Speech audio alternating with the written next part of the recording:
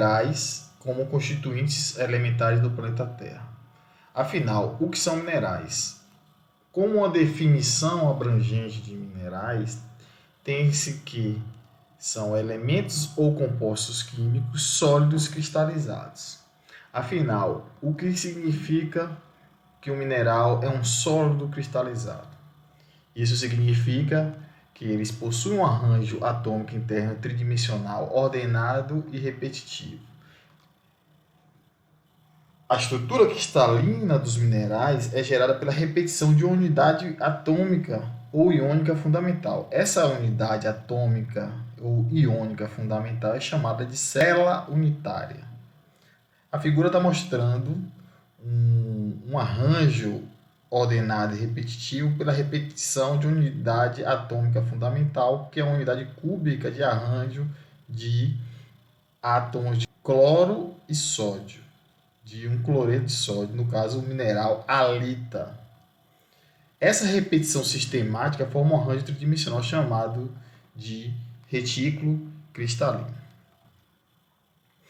Essa figura está mostrando inicialmente aqui as bolinhas formando um arranjo que se repete tridimensionalmente, enquanto segundo as bolinhas estão dispostas de maneira aleatória. No primeiro caso, com a estrutura molecular organizada e repetitiva, temos um mineral.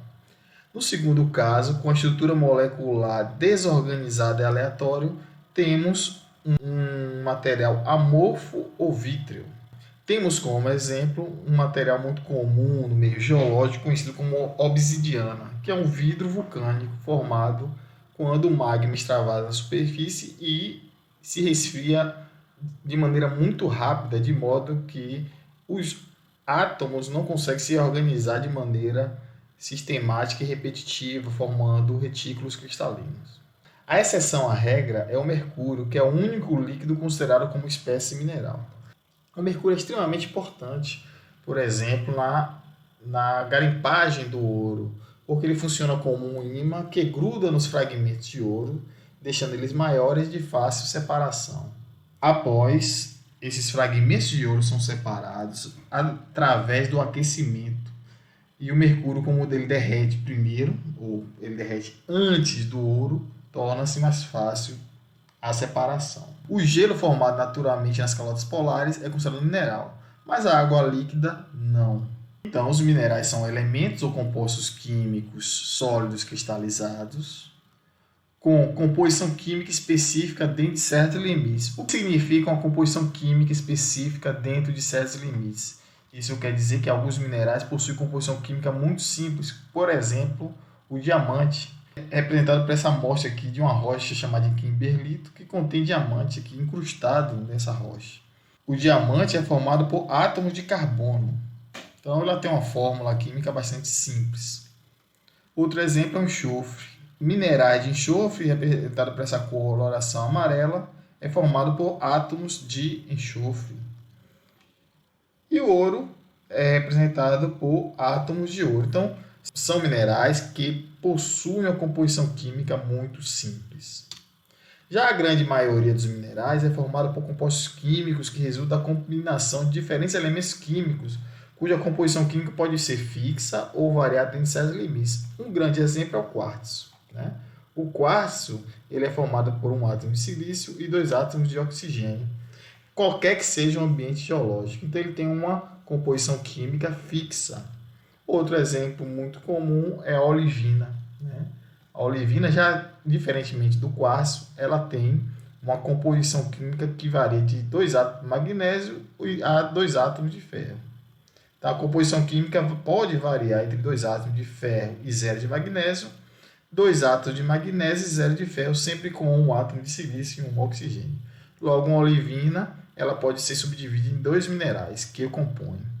Por exemplo, a forsterita, que tem essa coloração verde-oliva, por isso que advém o nome olivina, é uma olivina magnesiana. E o segundo mineral é a faialita. A faialita é uma olivina composta de ferro. Portanto, os minerais são elementos ou compostos químicos sólidos cristalizados, com composição química específica dentro de certos limites e formados naturalmente. O que significa que um mineral é formado naturalmente? E isso quer dizer que eles devem ocorrer espontaneamente na natureza.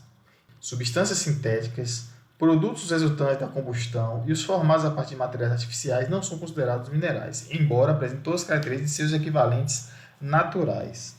Portanto, o mineral é um elemento ou composto químico sólido cristalizados, com composição química específica dentro de seus limites e formados naturalmente por meio de processos geológicos inorgânicos na Terra ou em corpos extraterrestres. Isso significa que os minerais são formados por processos geológicos inorgânicos. Isso exclui todos os materiais orgânicos, como a pérola, o ambar, os recifes de corais, o petróleo e o carvão. Esses materiais, por serem importantes materiais geológicos, eles são considerados como mineralóides. Então, aqui está mostrando o carvão mineral, aqui está mostrando a pérola, aqui o ambar. Então, o que são mineralóides? Os mineralóides são materiais de origem geológica que apresentam características semelhantes às dos minerais, mas não são cristalinos ou não possuem uma composição química uniforme. Alguns organismos secretam minerais. Por exemplo, a calcita, que forma as conchas de muitos organismos, como o caso dos foraminíferos, eles contêm carbono inorgânico e é cristalino. Quando o material é secretado por organismos, isso configura como um mineral, a exemplo da calcita. Devido à composição química específica e às propriedades cristalográficas bem definidas, o mineral é único dentro do reino mineral e logo recebe um nome característico. É determinado por uma comissão denominada de Comissão de Novos Minerais e Novos Nomes de Minerais, da Associação Mineralógica Internacional. Então, é uma comissão que foi criada em 1959. Sistematicamente, eles publicam novos nomes de minerais. Algumas regras são importantes. Os nomes dos novos minerais devem ter, no caso brasileiro, a terminação ITA. A terminação ITO é usada para o nome de rochas. Os minerais conhecidos desde épocas remotas, cujo nome já tem uso consagrado, podem não respeitar essa regra. Outras recomendações para a criação do nome para um mineral. Que o nome indica a localização geográfica de sua descoberta. Por exemplo, a moscovita. Um silicato hidratado de potássio e alumínio, o nome advém da região de Moscou, da Rússia, onde ela é muito abundante. E a labradorita, que é um feldespato plagioclase, um silicato de cálcio e sódio, ela é muito comum na região de Labrador, do Canadá. Que o nome indique uma das suas propriedades físicas, por exemplo, a cianita, que é um aluminosilicato, que tem como a sua cor característica o azul ciano. Outro exemplo é a tetraedrita, que é um sulfossal de cobre e ferro, que tem um hábito tetraédrico. Que o nome indica a presença de um elemento químico abundante, como na molibdenita, sulfeto de molibdênio. Por ter um teor muito alto desse elemento, ele recebe esse nome. A cuprita é um óxido de cobre. Lantanita é um carbonato hidratado de lantânio e sério. E a arsenopirita, um sulfeto de ferro e arsênio.